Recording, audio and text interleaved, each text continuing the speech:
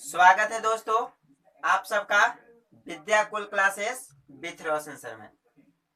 आज का क्लास वर्ग 10वां के लिए है। फिजिक्स का 1 चैप्टर जो एक रेगुलर वीडियो आपका मिल रहा है फर्स्ट चैप्टर का, जिसका नाम है प्रकाश का परावर्तन।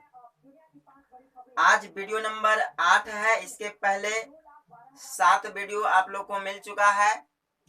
यदि आप 10वां के स्टूडेंट्स हैं तो आप एक रेगुलर क्लास कर सकते हैं। तो आइए, आज का क्लास है प्रतिबिंब का निर्माण, यानी किरण आरेख के मदद से हम आपको बताएंगे कि किस तरह से वस्तु कहाँ पर होती है तो उसका प्रतिबिंब कहाँ पर प्राप्त होता है, कैसा होता है। चलिए वीडियो को शुरू करते हैं। आइए चलिए देखिए, उसके पहले हम जानेंगे कि अवतल दर्पण में विशिष्ट किरणों का परावर्तन के नियम, यानी प्रतिबिंब प्राप्त करने के लिए हमें परावर्तन के कुछ नियम को जानना होगा, तब आपको बहुत ही अच्छा से समझ में आएगा। ठीक है, तो आइए परावर्तन के नियम को हम समझें कि किस तरह से दर्पण पर जब आपतित किरण पड़ती है तो उसका परावर्तन कहाँ से होता है। जैसे आप लोग जानते होंगे, फर्स्ट नियम कहता है कि जब प्रकाश की किरण प्रधान अक्ष के समांतर होती है तो वह दर्पण से परावर्तन के बाद फोकस से गुजर जाती है। कहाँ से गुजर जाती है? फोकस से गुजर जाती है। इसके बाद भी 3 नियम और हैं। चलिए फटाफट इस नियम को जान लेते हैं। चलिए आइए शुरू करते हैं वीडियो को। और हाँ, बने रहिए, सीखना है तब। यानी प्रतिबिंब प्राप्त करने में किरण आरेख के द्वारा कोई दिक्कत नहीं होने वाला है।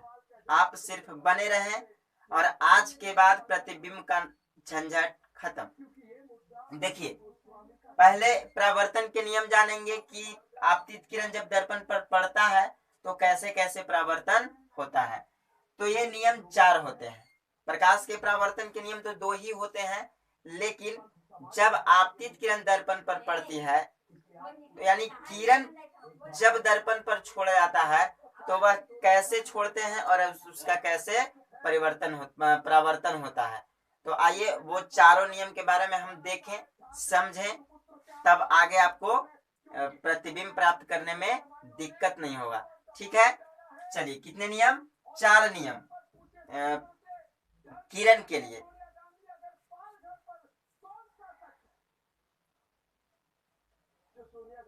चलिए, कौन सा दर्पण है? अवतल दर्पण।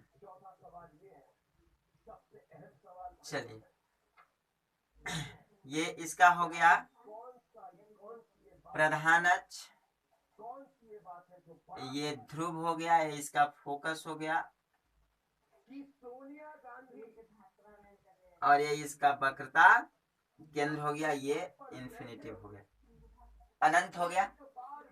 चलिए दूसरा देख लेते हैं। चलिए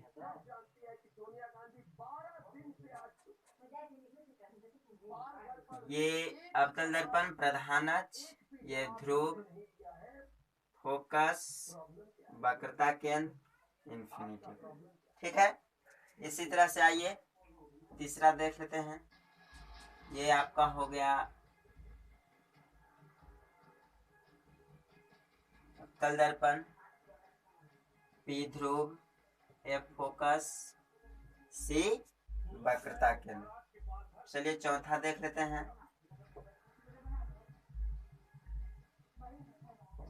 ये हो गया अवतल दर्पण प्रधान अक्ष, पी ध्रुव, एफ फोकस, सी वक्रता केंद्र, इंफिनिटी। देखिए 4 फिगर आपको दिख रहा होगा, है ना। ये अब आप लोग को मन में लग रहा हो कि चारों फिगर तो सेम ही है, तो अभी हमने बताया नहीं है, सिर्फ 4 फिगर बनाया है। अब आप देखिए कि इसका परावर्तन कैसे कैसे होता है, कहाँ से किरण दर्पण पर पड़ता है तो कहाँ उसका परावर्तन होता है। तो चलिए ये पहला, दूसरा, तीसरा, चौथा। ठीक है, तो सबसे प्रथम नियम कहता है कि जब प्रकाश की किरण प्रधान अक्ष के समांतर हो तो वह फोकस से गुजर जाती है। कहां से गुजर जाती है? फोकस से, यानी प्रधान अक्ष, ये प्रधान अक्ष है और इसके समांतर जब दर्पण पर पड़ने वाली किरण होती है, आपतित किरण, तो वह कहां से गुजर जाती है? फोकस से। इस तरह से जो है फोकस से गुजर गया। ठीक है, ये आपका फर्स्ट नियम है। दूसरा कहता है कि जब फोकस से आपतित किरण दर्पण पर पड़ता है तो वह प्रधान अक्ष के समांतर होती है। चलिए आइए देख लेते हैं कहां से पड़ेगा? फोकस से। इस तरह से जब फोकस से पड़े तो इस तरह से प्रधान अक्ष के समांतर हो जाएगा, यानी एक और दो एक दूसरे के विपरीत है। जैसे देखिए, प्रथम कहता है कि यदि आपतित किरण प्रधान अक्ष के समांतर हो तो फोकस से गुजर जाती है, और यदि आपतित किरण फोकस से गुजारा जाए तो वह प्रधान अक्ष के समांतर हो जाती है। ठीक है, कोई दिक्कत नहीं इस दोनों में। चलिए, ये दो नियम क्लियर हो गया।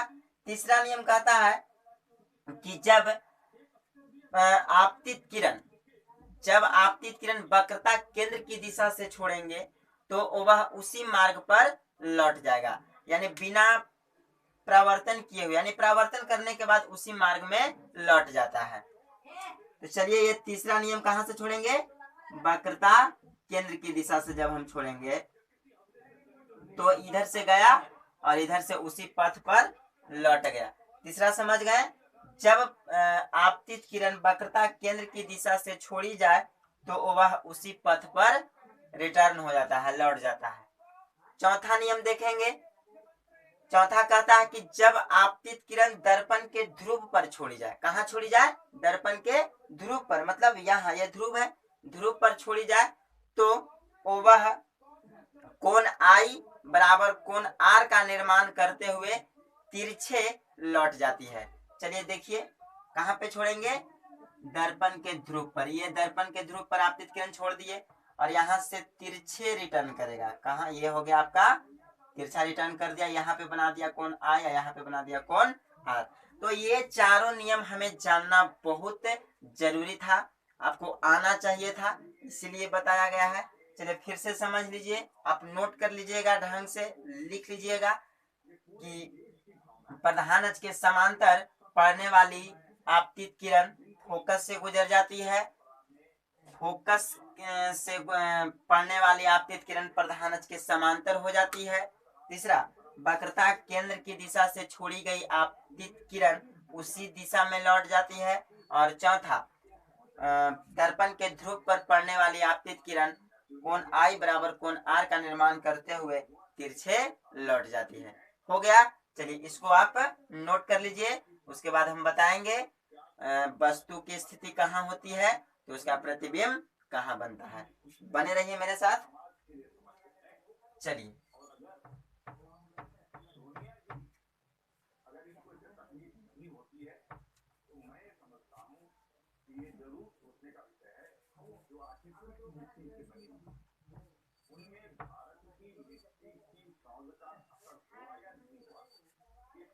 देखिए, एक नजर में हम देख लेते हैं कि आखिर अवतल दर्पण में वस्तु कहाँ कहाँ होती है, यानी वस्तु की स्थिति कहाँ पर होती है। एक नजर में देखिए, उसके बाद हम बारी बारी से सभी को किरण आरेख की मदद से आपको बताएंगे। लेकिन पहले मालूम होना चाहिए ना कि वस्तु कहाँ कहाँ होती है। ठीक है, चलिए एक नजर में देख लीजिए। ये आपका अवतल दर्पण हो गया। कौन दर्पण है? अवतल दर्पण है। चलिए, ये आपका प्रधान अक्ष मुख्य अक्ष हो गया, यहाँ पी ध्रुव हो गया। ठीक है, ये एफ फोकस हो गया, ये सी वक्रता केंद्र और ये इंफिनिटिव हो गया। ठीक है, तो हम पहला स्थिति में अनंत पर रखते हैं किसी वस्तु को, दूसरा स्थिति में सी और अनंत के बीच रखा जाता है, सी के परे भी बोल सकते हैं, सी से दूर भी बोल सकते हैं, और तीसरा स्थिति में हम वक्रता केंद्र पर रख सकते हैं।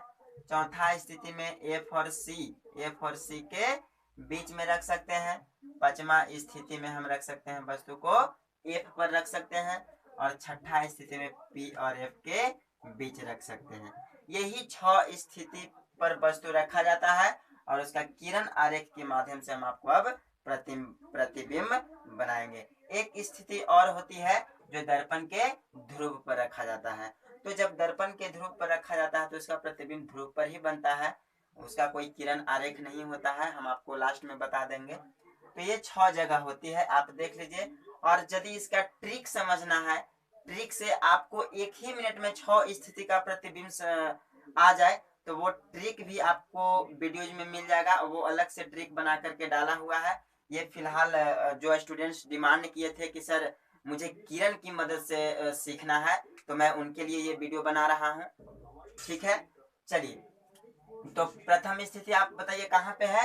ये अनंत है, तो हम प्रथम स्थिति में रखेंगे अनंत पर। कहाँ पे रखेंगे वस्तु को? अनंत पर रखेंगे। ठीक है। दूसरा स्थिति में वस्तु कहाँ पे है? सी और अनंत के बीच, यहाँ पे लिखेंगे सी के परे। सी के परे का मतलब दूर होता है, सी और अनंत के बीच भी बोल सकते हैं। चलिए तीसरा स्थिति में कहाँ पे है? सी पर है। सी पर मतलब वक्रता केंद्र पर। चौथा स्थिति में कहाँ पे हम वस्तु रखेंगे? एफ और सी के बीच, यानी फोकस और वक्रता केंद्र के बीच। ठीक है। पांचवा स्थिति में हम कहाँ पर रखेंगे? एफ पर रखेंगे। पांचवा स्थिति में एफ पर। चलिए ठीक है। छठा स्थिति कहाँ पे है? पी और एफ के बीच।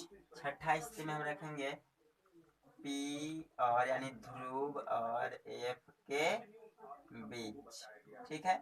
और एक सातवां स्थिति जो बताए थे कि ध्रुव पर रखा जाता है, ध्रुव पर।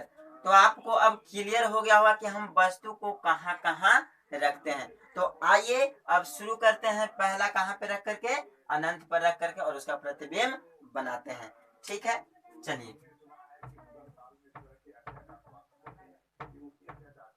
एक आप नोट को समझ लीजिए,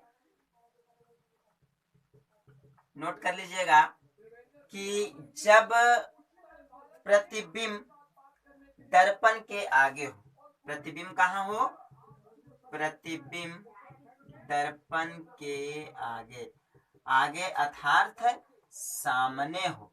सामने हो यानी जब प्रतिबिंब अगर बने दर्पण के आगे तो वह बनेगा वास्तविक। प्रकृति कैसा होगा?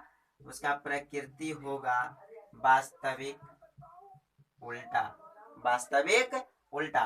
और आकार इसको अगर देखें तो वो बनेगा आपको क्या होगा? सामने होगा तब, सामने होगा तब बनेगा आपका छोटा भी बन सकता है, बड़ा भी बन सकता है, बराबर भी बन सकता है। ठीक है। कहाँ? जब प्रतिबिंब दर्पण के आगे हो, सामने हो, तो वास्तविक उल्टा। ठीक है। आकार आपको देखना पड़ेगा कि छोटा कब है, बड़ा कब है, बराबर कब है, स्थिति के अनुसार आपको पता चलेगा। दूसरा नोट आपको समझना है कि प्रतिबिंब दर्पण के पीछे बन रहा हो, दर्पण के पीछे, यानी वो साइड अगर पीछे बने तो उसका प्रकृति होगा आपका, ये वास्तविक उल्टा था, उसका बनेगा आभासी, आभासी सीधा, आभासी सीधा। उसका आकार होगा आपका, उसका आकार होगा बड़ा। कैसा होगा? बड़ा होगा। तो इस चीज को आप दिमाग में सेट कर लीजिए कि जब प्रतिबिंब दर्पण के आगे हो तो वास्तविक उल्टा, छोटा, बड़ा या बराबर हो सकता है, और जब प्रतिबिंब दर्पण के पीछे हो तो उसका प्रकृति आभासी और सीधा, वस्तु से बड़ा होगा। हो गया क्लियर? अब आइए पहला क्या है? अनंत पर हम रख करके वस्तु का प्रतिबिंब प्राप्त करते हैं। ठीक है, चलिए।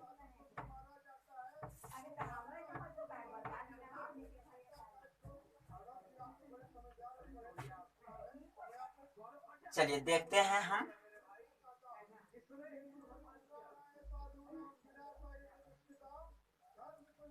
ये हो गया आपका अवतल दर्पण, और ये हो गया आपका प्रधान अक्षा मुख्य। ठीक है। इस दर्पण का नाम रख दीजिए एम और एन। क्या रख दिए? एम और एन। और ये पी ध्रुव हो गया, ये इसका एफ हो गया, फोकस हो गया, और ये इसका सी वक्रता केंद्र, और ये इसका अनंत बिंदु हो गया। ठीक है, अनंत हो गया। तो फर्स्ट कहाँ रखना है, अनंत पर रखना है। तो हम वस्तु को अनंत पर रखेंगे। कहाँ रखेंगे, इस तरह से वस्तु को हम अनंत पर रखेंगे। तो जहां वस्तु रखी जाती है, ध्यान से समझिएगा, जहां वस्तु हम रखते हैं वहीं से एक प्रकाश की किरण को दर्पण पर आपतित करते हैं। दिमाग में क्लियर हुआ, एकदम होगा, बने रहिए मेरे साथ। चलिए ये वस्तु यहाँ है, अनंत पर है, तो यहाँ से हम एक प्रकाश की किरण को दर्पण पर आपतित कर देंगे। क्या आपतित किए? चलिए अब हम आपतित किए तो हम जानते हैं, अभी देखें ना कि जब प्रधान अक्ष के समांतर, जब प्रधान अक्ष के समांतर आपतित किरण होती है तो वह कहाँ से गुजरती है, फोकस से गुजरती है, भूलिएगा मत। चलिए यहाँ से ये फोकस से गुजर गया, देखिए यहाँ फोकस से गुजर गया, ठीक है। जब ये फोकस से गुजरा है ना, जब ये फोकस से गुजरा, दूसरा किरण हम छोड़ेंगे अनंत से, तो अनंत से छोड़ेंगे इस तरह से, नीचे से छोड़ेंगे। देखिए ये प्रधान अक्ष के समांतर है, ये भी प्रधान अक्ष के समांतर आपतित किरण है, तो ये कहाँ से गुजरेगा, फोकस से गुजरेगा। चलिए इस तरह से हम इसको फोकस से गुजार देंगे, ठीक है, फोकस से गुजर गया। अब देखिए जहां पे दो परावर्तित किरण प्रतिच्छेद करे, उसी पॉइंट पर आपका प्रतिबिंब का निर्माण होगा। तो देखिए फर्स्ट किरण एफ से गुजरा, दूसरा किरण भी एफ से गुजरा, तो दोनों किरण एफ बिंदु पर प्रतिच्छेद हुआ। कहाँ पर प्रतिच्छेद हुआ, एफ बिंदु पर, और आकार एकदम बिंदु की तरह है। कैसा है, बिंदु की तरह है। और प्रतिबिंब कहाँ प्राप्त हुआ, तो दर्पण के आगे ही प्राप्त हुआ, यानी जहां पे दो परावर्तित किरण प्रतिच्छेद करे वहीं पे आपका प्रतिबिंब बनेगा।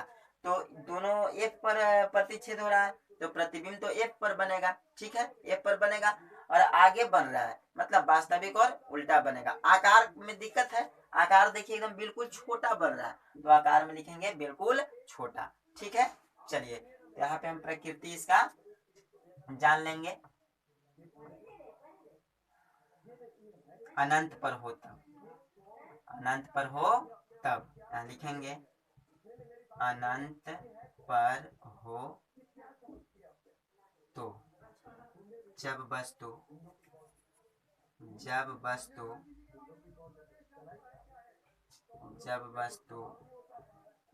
अनंत पर हो तो, कहाँ पे हो, अनंत पे हो, अनंत पे हो तो उसका प्रतिबिंब बनेगा। प्रतिबिंब कहाँ बनेगा, प्रतिबिंब आपको बनेगा ई फोकस पर, एफ पर, कहाँ बनेगा, एफ पर। इसका प्रकृति क्या होगा, इसका प्रकृति होगा वास्तविक, क्योंकि आगे है ना, तो इसका प्रकृति होगा वास्तविक, और क्या, उल्टा। आकार में देखिए इसका कैसा है, तो छोटा है, कैसा है, छोटा है, मतलब बहुत छोटा है ना, लिखेंगे बहुत छोटा, बहुत छोटा। इसको लिख सकते हैं बिंदु के आकार का, बिंदु के आकार का, ठीक है। ये फर्स्ट हो गया, आपको कोई दिक्कत नहीं हुआ होगा। चलिए दूसरा हम देख लेते हैं। इस तरह से जब ये आप क्या है, अवतल दर्पण है, और ये इसका प्रधान अक्ष है, ये फोकस हो, ध्रुव हो गया, ये फोकस हो गया, और ये वक्रता केंद्र हो गया, ये अनंत हो गया, ओके। अब क्या कह रहा है, दूसरा स्थिति कह रहा है कि सी के परे, यानी सी के परे, सी और अनंत के बीच वस्तु रखना है। दूसरा स्थिति देखिए यहाँ पे कह रहा है सी के परे, तो हम बताए थे कि सी के परे मतलब सी से दूर, यानी सी और अनंत के बीच। तो सी और अनंत के बीच एक वस्तु हम यहाँ पे रख देते हैं, और इस वस्तु का नाम देते हैं ए और बी, ठीक है। तो ए और बी इस वस्तु का नाम देते हैं। तो यहाँ से क्या छोड़ेंगे, प्रकाश की किरण छोड़ेंगे। चलिए यहाँ से एक प्रकाश की किरण को छोड़ दिए, ठीक है। ये कौन सा किरण हो गया, आपतित किरण हो गया, और जानते हैं ना कहाँ से गुजरता है, फोकस से गुजरता है। तो इसको हम बहुत आसानी से फोकस से इस तरह से गुजार देंगे, ठीक है। अब दूसरा प्रकाश की किरण वस्तु से छोड़ेंगे, फोकस की दिशा में। कहाँ से छोड़ेंगे? फोकस की दिशा में। फोकस की दिशा में छोड़ेंगे इस तरह से। देखिए देखिए ये फोकस की दिशा में छोड़ दिए, है ना, इस तरह से। तो जब फोकस से छोड़ा जाता है, जब फोकस से छोड़ा जाता है तो वो कहाँ पर कैसे होता है उसका सॉरी क्या बोलते हैं, जब प्रकाश की किरण को फोकस से छोड़ा जाता है तो वह परावर्तन प्रधानज के समांतर हो जाती है। तो इस तरह से जो है प्रधानज के समांतर हो जाएगा। देखिए इस तरह से प्रधानज के समांतर हो गया। ठीक है, स्केल नहीं है जिसके वजह से कुछ हिल उल जाता है, आप एकदम स्केल से बनाइएगा। तो देखिए ये परावर्तित किरण और ये परावर्तित किरण यहाँ प्रतिच्छेद किया, और देखिए यहाँ पे इसका प्रतिबिंब बना, उल्टा बना ना, नीचे बना, नीचे बना यानी आर एस, ये प्रतिबिंब हो गया, ये भी हो गया। और ये प्रतिबिंब कहाँ पे बना? दर्पण के आगे बना, एफ और सी के बीच में बना, एफ और सी के बीच में बना। तो हम इसका लिखेंगे दूसरा में स्थिति में कि जब वस्तु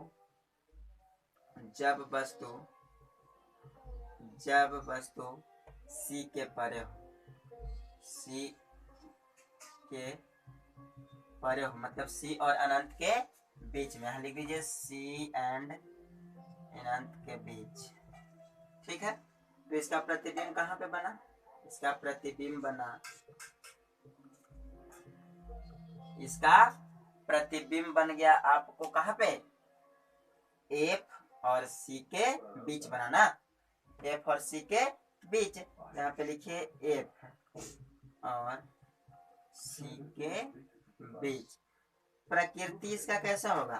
प्रकृति में तो कोई दिक्कत नहीं हुआ क्योंकि सामने है, तो वास्तविक उल्टा, वास्तविक उल्टा। आकार देखिए, आकार आपको जो है छोटा बनेगा, वस्तु से छोटा बनेगा। कैसा बनेगा?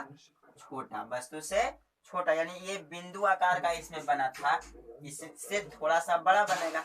चलिए, तो ये दो स्थिति को हमने देख लिया। तीसरा स्थिति कहाँ पे है? सी पर है। फटाफट इसको आप नोट कीजिए, उसके बाद हम तीसरा बताएंगे। हो गया? ठीक है, कोई दिक्कत होगा आप कमेंट में बताइएगा, एकदम समझ में आना चाहिए आपको। ऐसा नहीं कि हम छाप दिए, हम अपने लिए नहीं बता रहे हैं, हम आपके लिए बता रहे हैं। ठीक है, आपको समझ में आना चाहिए। चलिए, तीसरा स्थिति पर हम कहाँ वस्तु रखेंगे? सी पर रखेंगे। ठीक है, आइए।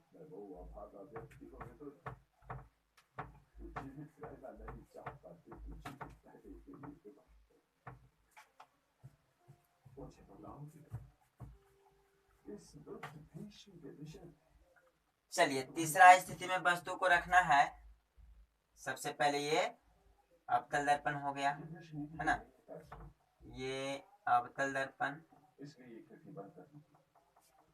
और ये प्रधान अक्ष, ये हो गया ध्रुव, फोकस, और ये वक्रता केंद्र, और इधर इन्फिनिटी। ठीक है, यहाँ तो कोई दिक्कत नहीं होगा। कहाँ रखना है? सी पर रखना है ना, तो सी यानी वक्रता केंद्र पर रखिए ना। यहाँ पे एक वस्तु को हम रख दिए इस तरह से। ठीक है, ये वस्तु रख दिए और यहाँ से ये प्रकाश की किरण छोड़ दिए। कहाँ से गुजरेगा? तो फोकस से गुजरेगा, कोई दिक्कत वाली बात नहीं है। यहाँ से ये गुजर गया फोकस से। और दूसरी प्रकाश की किरण को हम कहाँ से छोड़ेंगे? दूसरी प्रकाश की किरण को छोड़ेंगे फोकस से। तो देखिए ये फोकस से हमने छोड़ दिया और ये सीधा बनेगा, सी पर रख दिए। चलिए, यहाँ पे कटेगा, यानी यहीं पे इसका प्रतिबिंब बना। ठीक है, देखिए बहुत आसानी से कट रहा है। आप थोड़ा सा स्केल से देख लीजिएगा, थोड़ा सा मार्कर है, बोर्ड है, तो हिल उल जाएगा, हिल उल जा रहा है। तो यहाँ इसका प्रतिबिंब कहाँ पे बना? सी पर ही बना। जब वस्तु सी पर है तो उसका प्रतिबिंब सी पर ही बना, और जितना बड़ा वस्तु है उतना बड़ा ही उसका प्रतिबिंब है।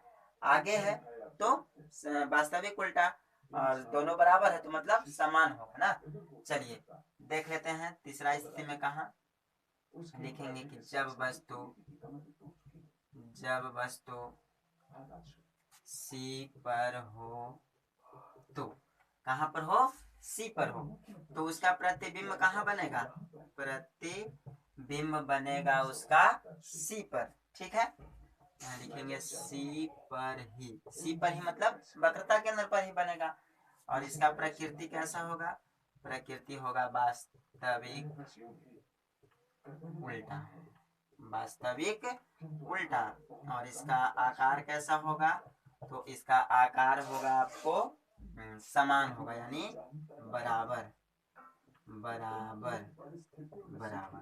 ठीक है, कोई दिक्कत नहीं। चलिए चौथा स्थिति में हम कहाँ रखेंगे? एफ और सी के बीच में रखेंगे। चलिए ठीक है, देख लेते हैं। ये हो गया आपका अवतल दर्पण, ठीक है। और ये हो गया आपका प्रधान अक्षा, मुख्य अक्ष। ये पी ध्रुव हो गया, ये फोकस हो गया, सी वक्रता केंद्र हो गया, और ये इन्फिनेटिव हो गया। कहाँ रखना है? एफ और सी के बीच रखना है ना। एफ और सी के बीच रखना है, मतलब ये एफ है और ये सी है। तो यहाँ पे कहीं भी एक वस्तु को इस तरह से हम रख दिए। ये वस्तु का नाम हो गया ए बी, है ना। नाम दीजिए, वो आपकी मर्जी है। चलिए, ये हो गया आपका आपतित किरण कहाँ से गुजरेगा? फोकस से गुजर जाएगा। ठीक है, ये फोकस से गुजर गया, है ना। चलिए, ये आपका परावर्तित किरण। दूसरा प्रकाश की किरण को हम कहाँ छोड़ेंगे? दूसरा प्रकाश की किरण को छोड़ेंगे हम फोकस से। तो इस तरह से हम फोकस से छोड़ेंगे। ठीक है, यहाँ फोकस से, तो ये आपतित किरण हो गया। और ये कहाँ से होगा? तो प्रधान अक्ष के समांतर हो जाएगा। आप लोग जानते हैं कि प्रधान अक्ष के समांतर हो जाएगा। चलिए ठीक है, अब देखिए दोनों यहाँ पे कट रहा है, मतलब यहाँ पे कटा, उल्टा बना, बड़ा बना, वस्तु से बड़ा बना। इसको सोच कर दीजिएगा।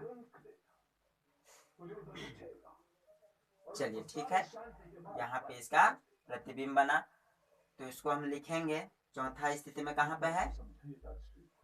वस्तु रखे थे एफ और सी के बीच में। यहाँ लिखेंगे कि जब वस्तु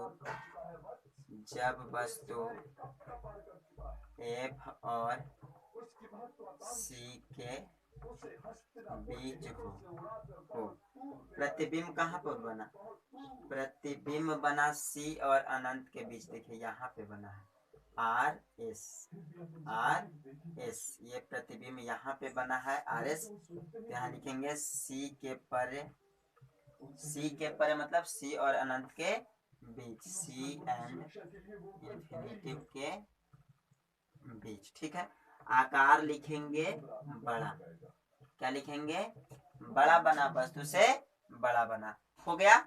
चलिए फटाफट अब देख लेते हैं। वस्तु को रखेंगे एफ पर रखेंगे। कहाँ रखेंगे? एफ पर रखेंगे, यानी फोकस पर रखेंगे। ठीक है, चलिए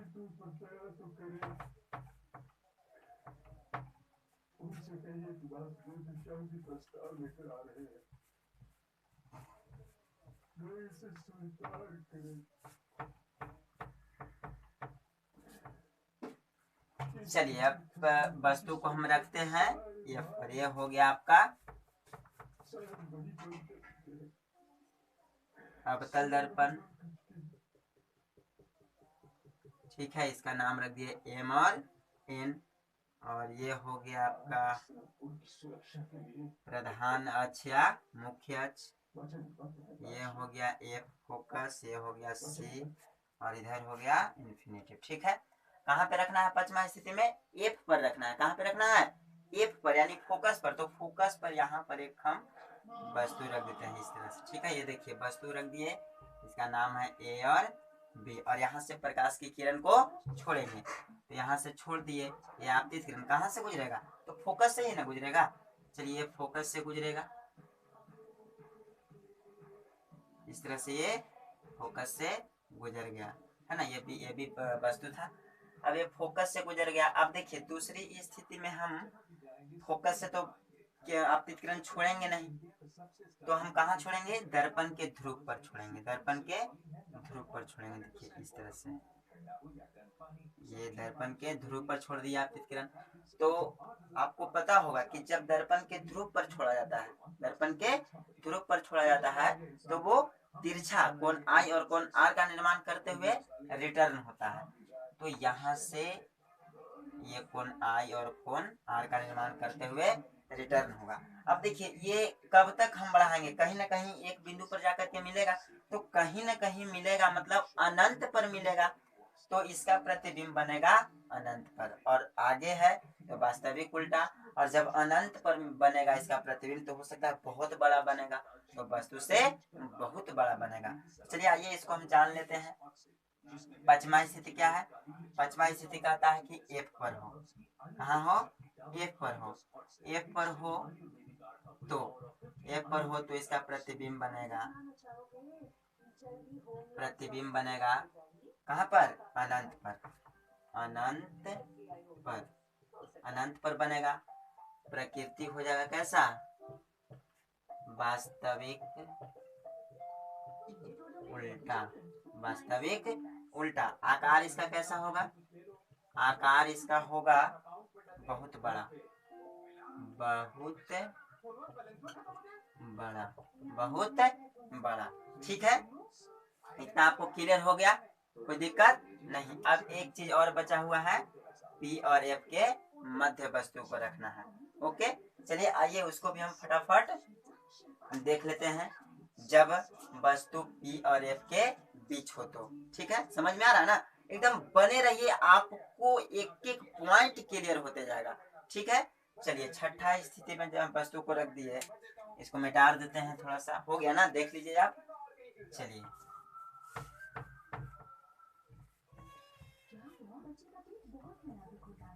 चलिए छठा स्थिति में हम वस्तु को रखेंगे पी और एफ के बीच रखेंगे। ये आपका हो गया, क्या हुआ? अवतल दर्पण। अवतल दर्पण, ठीक है, इसका नाम है एम और एन। और ये हो गया आपका प्रधान अक्ष या मुख्य अक्ष, ध्रुव। ये हो गया इसका एफ फोकस, और ये हो गया इसका सी वक्रता केंद्र, और ये हो गया इन्फिनिटी। कहाँ पे हमको वस्तु रखना है? पी और एफ के बीच रखना है। कहाँ पे रखना है? पी और एफ के बीच।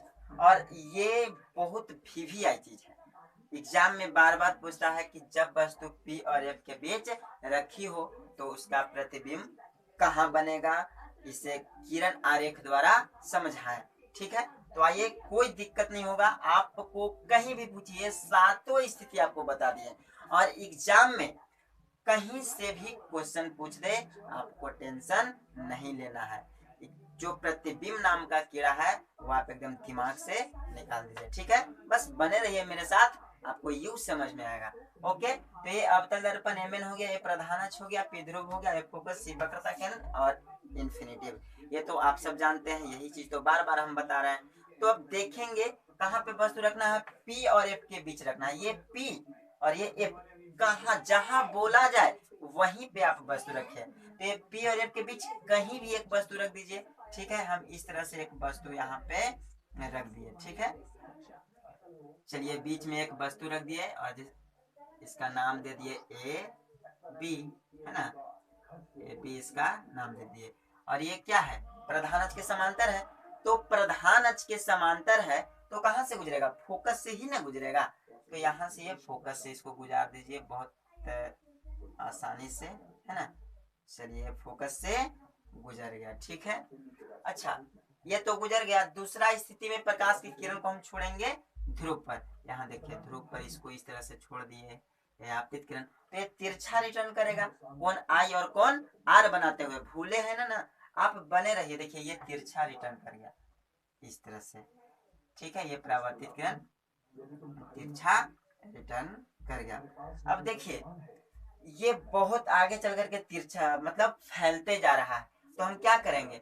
इसको थोड़ा सा पीछे की ओर, दर्पण के पीछे की ओर इसको मानेंगे, बना करके चलेंगे। ठीक है, यहाँ से इसको थोड़ा सा आगे बढ़ाएंगे, इस तरह से आगे बढ़ाएंगे, और इसको इस तरह से आगे बढ़ाएंगे, है ना।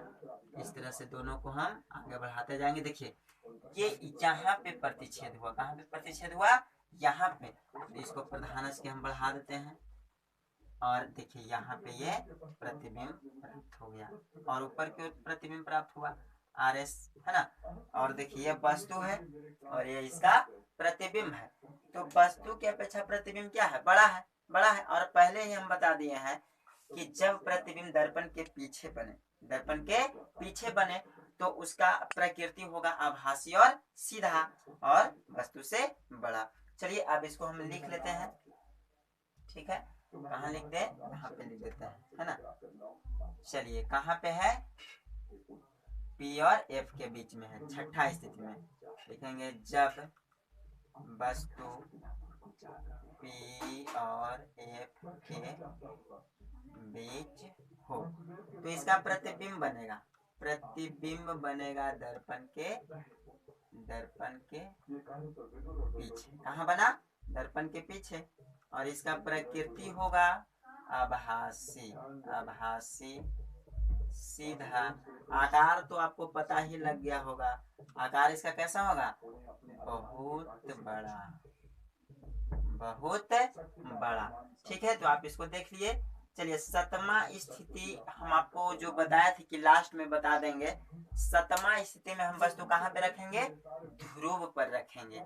यानी थोड़ा सा एक इमेजिंग कीजिए, मतलब मान के चलिए कि आपके घर में जो चेहरा देखने वाला दर्पण होता है, समतल दर्पण, मतलब मान लीजिए कि ये समतल दर्पण है, ठीक है, ये समतल दर्पण है और किसी वस्तु को हम ना ध्रुव पर ही रखेंगे, यहाँ पर ही रखेंगे, ठीक है, हम सटा देंगे। तो सटा देंगे तो उधर से उसका प्रतिबिंब भी सटा हुआ नजर आएगा, ठीक है। मतलब जितना बड़ा वस्तु रहेगा उतना बड़ा प्रतिबिंब बनेगा। और जहां पे हम वस्तु को रखे हैं, आप देखिएगा करके एकदम, जहां पे हम वस्तु को रखे हैं उसका प्रतिबिंब वहीं पे बनेगा, दोनों एकदम एक दूसरे से चिपका हुआ रहेगा, ठीक है।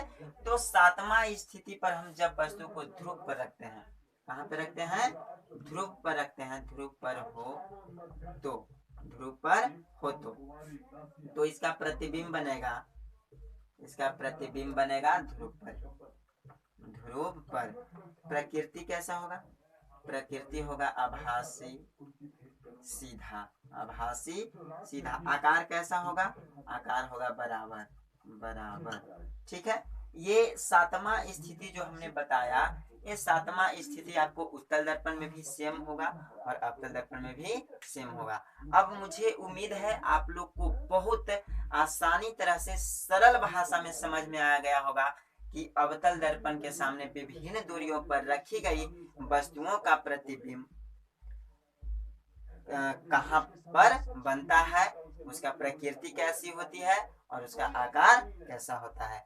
यदि आपको वीडियो अच्छा लगा होगा तो आप लाइक, कमेंट और शेयर जरूर कीजिए। और यदि आपको रेगुलर पढ़ना है, यदि आप 10वां वर्ग के स्टूडेंट्स हैं, तो एक विद्याकुल क्लासेस एक ऐसा प्लेटफॉर्म है जहां आपको हर चीज आपको दिया जाएगा, ठीक है। और हर सब्जेक्ट का PDF नोट्स भी आपको मिलेगा। PDF नोट्स पाने के लिए आप कमेंट में लिखिएगा कि हाँ सर मुझे PDF नोट्स चाहिए, तो आपको एक व्हाट्सएप नंबर दिया जाएगा, उस कमेंट के रिप्लाई में और उस व्हाट्सएप नंबर के जरिए आप PDF नोट्स को प्राप्त कर सकते हैं, ठीक है। तब तक के लिए बने रहे और आज के बाद फिर मैं अगला वीडियो के साथ मिलूंगा जिसका पार्ट 9 होगा।